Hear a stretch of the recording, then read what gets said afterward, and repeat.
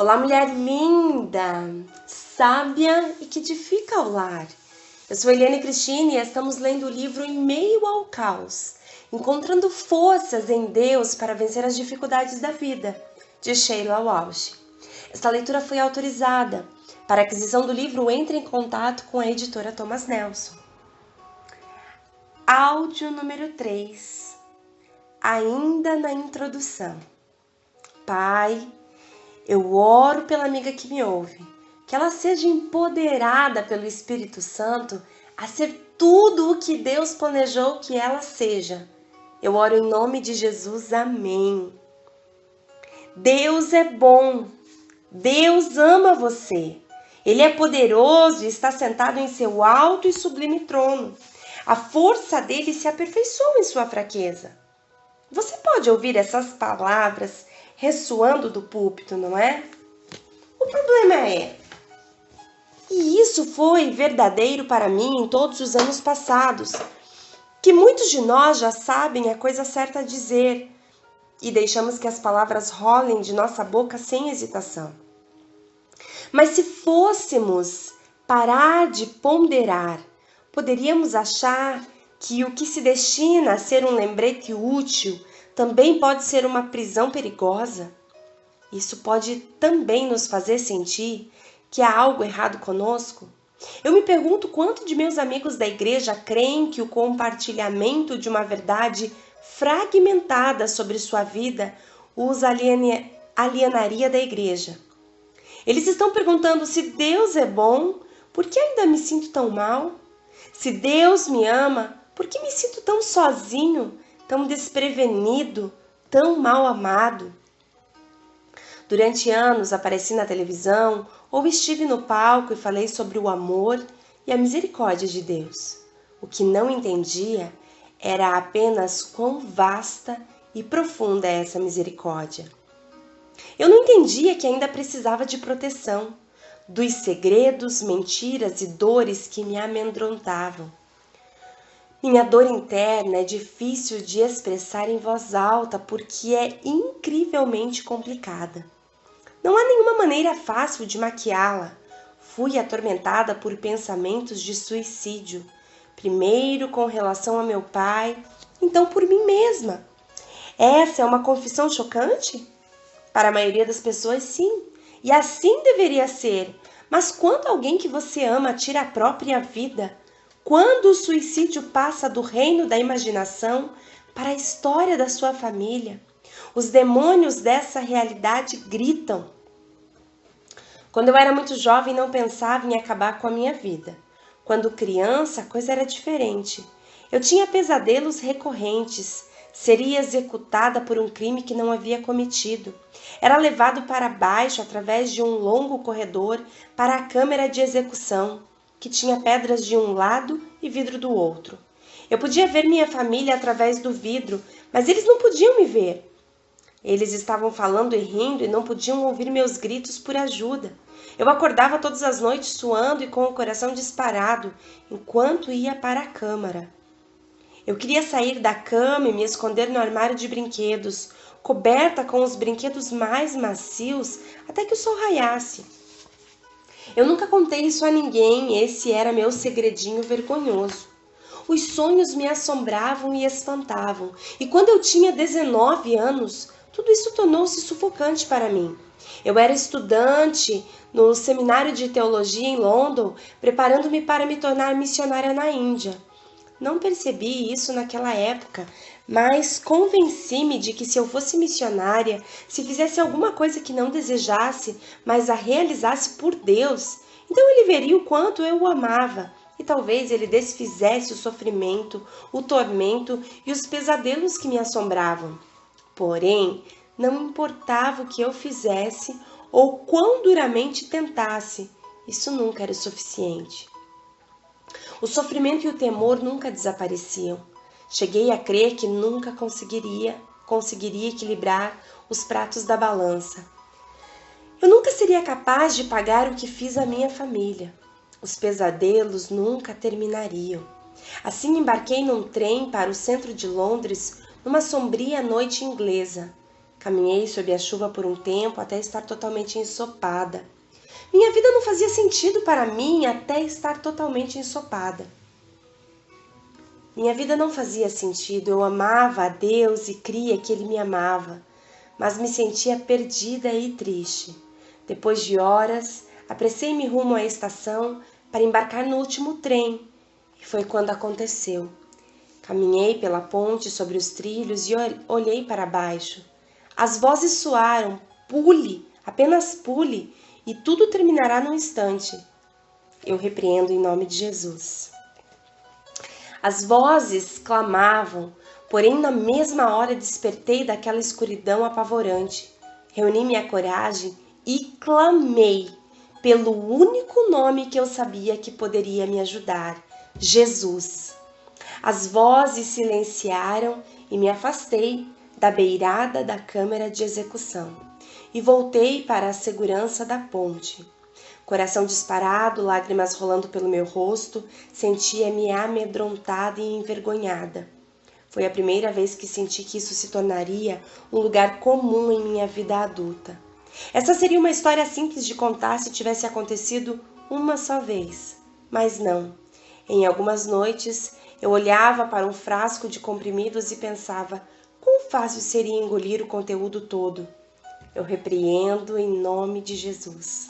Eu tinha outros pensamentos de pular de lugares altos, de cortar meus pulsos. Eu, Eliane, repreendo em nome de Jesus. 30 anos depois daquela noite na ponte, os pensamentos suicidas ainda permaneciam. Quero repetir. A autora declara que 30 anos depois daquela situação que aconteceu, aquele pensamento de suicídio lá na ponte, os pensamentos permaneceram ainda por 30 anos depois. Às vezes era um pensamento passageiro, mas houve uma noite em que eu sabia que teria uma batalha pela vida. Não me lembro muito daquele dia, contudo, quando a noite caiu, senti um tremendo peso de escuridão em minha alma. 15 anos antes eu havia sido diagnosticada com depressão, mas naquela noite comecei a entender a dança infernal entre a depressão e a guerra espiritual. Christian adormeceu rapidamente.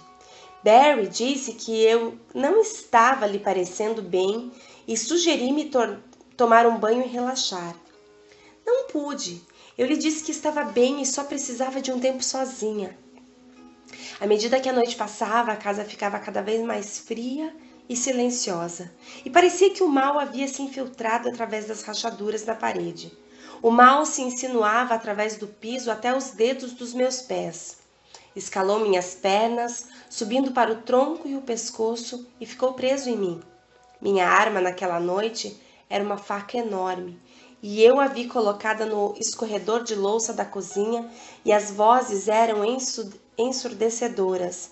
Apenas pegue-a, não vai doer, tudo acabará em breve e você não precisa viver assim por mais tempo. Eu, Eliane, repreendo em nome de Jesus todo espírito de morte.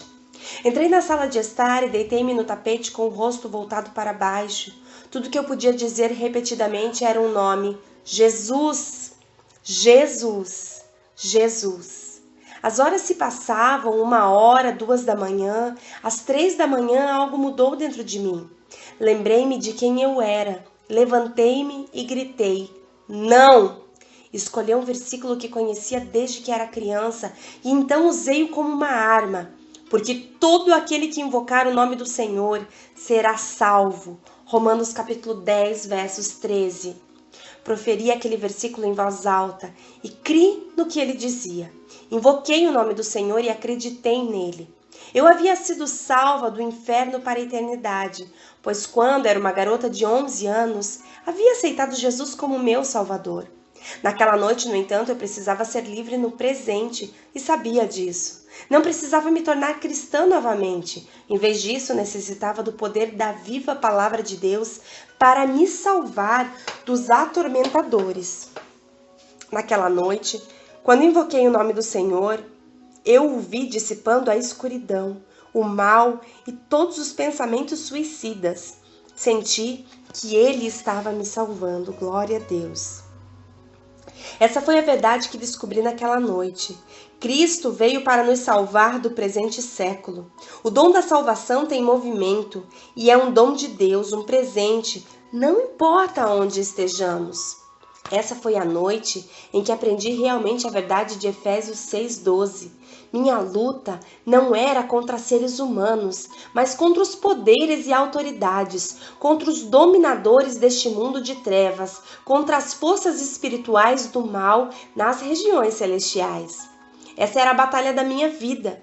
Ela é a mesma da sua, não é? Mesmo que você não esteja atormentado por depressão ou pensamentos suicidas, tem suas próprias lutas, grandes ou pequenas. Talvez você seja uma mãe solteira no limite de suas forças. Sente-se sozinha e às vezes desconta sua frustração nas pessoas que você mais ama. Talvez você simplesmente não consiga desafogar-se financeiramente e todos os dias sente a luta para pagar as contas. Talvez seu próprio corpo tenha traído você. A doença crônica está debilitando não só seu corpo, mas também sua alma. Talvez você trabalhe com pessoas que tornam sua vida difícil. Não importa o que você tente fazer para melhorar as coisas, elas parecem comprometidas em atrapalhar sua vida. Às vezes, é a enorme escuridão que nos envolve completamente. Mas muitas vezes são as coisas pequenas e cotidianas que nos desgastam mais. Como podemos ser salvos das coisas que estão entrelaçadas ao nosso dia a dia? Normalmente o significado da salvação é reduzido a uma fórmula simplista. A própria pergunta, você está salvo? Implica uma ação única. Basta aceitarmos a Cristo como Salvador, pedir perdão pelos nossos pecados e pronto. E isso seria suficiente se a presença do pecado desaparecesse no momento em que nos tornamos cristãos. Basta assinar o quadradinho da resposta correta e seguir em frente. Se todo o nosso quebrantamento fosse curado no momento em que aceitamos a Cristo, não teríamos necessidade de clamar por Ele sempre e sempre. Mas essa não é minha história e desconfio que também não seja a sua. Meu amigo Nick, reverendo da igreja Holy Trinity de Londres, escreveu: salvação é uma palavra enorme e abrangente. Ela significa liberdade. Há 3 momentos de salvação. Fomos libertados da penalidade do pecado, estamos sendo libertados do poder do pecado e seremos livres da presença do pecado. Então, quando você confessa seu pecado a Cristo, seu passado se foi. A penalidade foi apagada na íntegra. E nessa confissão sabemos também que Cristo nos assegura um futuro glorioso e eterno. Esse futuro eterno é a libertação do pecado, da tristeza e da dor. Como João escreveu no livro de Apocalipse, Ele enxugará dos seus olhos toda lágrima. Não haverá mais morte, nem tristeza, nem choro, nem dor, pois a antiga ordem já passou. Mas não é só isso. Tem mais. Existe um tempo presente de salvação, aquela que nos é oferecida justamente agora, no meio do nosso caos. A salvação é muito maior e mais presente do que imaginamos. A palavra grega para isso é sozo. Ela significa salvar, libertar, curar e tornar completo. E essa libertação que cura é um processo diário e contínuo. Cristo pode nos salvar da experiência atual de dor e vergonha, não importa quão horroroso seja o nosso interior. Para mim, a dor atual é absolutamente pavorosa e tem sido assim por muito tempo, desde muito antes daquela noite na estação ferroviária de Londres. Guardei segredos por muito tempo, ainda o faço de tempos em tempos. Lidei com a vergonha do mesmo jeito que uma criança afaga seu cobertor. Em meio àqueles dias eu não sabia o quão desesperadamente precisava da contínua salvação de Cristo. Eu nem mesmo sabia que ela estava disponível, mas quando olho para trás em minha vida, Jesus estava em pé, com os braços estendidos, oferecendo-a de muitas maneiras. Através da palavra, de sua igreja e de um músico como Rick Mullins. Ele queria me libertar para ser aquilo para o qual fui criada, alguém que não lutasse com segredos e vergonha. Você deseja esse tipo de liberdade? Liberdade para ser quem você está destinado a ser, separado da sua própria dor e vergonha, grande ou pequena? Você pode se perguntar se esse tipo de salvação é possível para você? Uau, eu respondo que sim. Eu respondo que essa salvação está disponível para toda a humanidade. Desde que nós busquemos conhecer de uma forma mais íntima a pessoa de Jesus Cristo, ter comunhão, ter relacionamento com Ele, ter uma amizade com Ele, para que Ele possa nos salvar, nos livrar dos caos que nós vivemos em nosso passado, nos limpar, nos curar, apagar as dores, sabe? Não existe mágica no reino de Deus. Se você é salvo, não significa que você não vai ter lembranças de coisas ruins, mas significa que elas não vão mais doer com Cristo. Você pode até lembrar, mas não vai mais doer. É como uma cicatriz, ela está ali, não dói mais, mas ela ficou marcada na sua vida. E essas marcas servirão de testemunho para a glória do Senhor. Eu não sei qual é o contexto atual da sua vida. Cada um de nós, em algum momento, vive uma estação de caos, um inverno sombrio. Cada um de nós, em dado momento, pensa em coisas ruins. Ah, Eliane, eu não penso em coisa ruim. Será que não? Será que você nunca pensou? Eu te dou o benefício da dúvida, porque eu entendo. Existe uma frase aí no meio secular que os passarinhos, eles podem até voar sobre a nossa cabeça. O que nós não podemos é deixar com que eles se assentem e façam um ninho. Então eles podem sim voar pela nossa cabeça, porque nós estamos sujeitos. Nós recebemos dados todo o tempo, nós somos humanos, somos falhos. E não há nenhum problema em os passarinhos voarem sobre a nossa cabeça.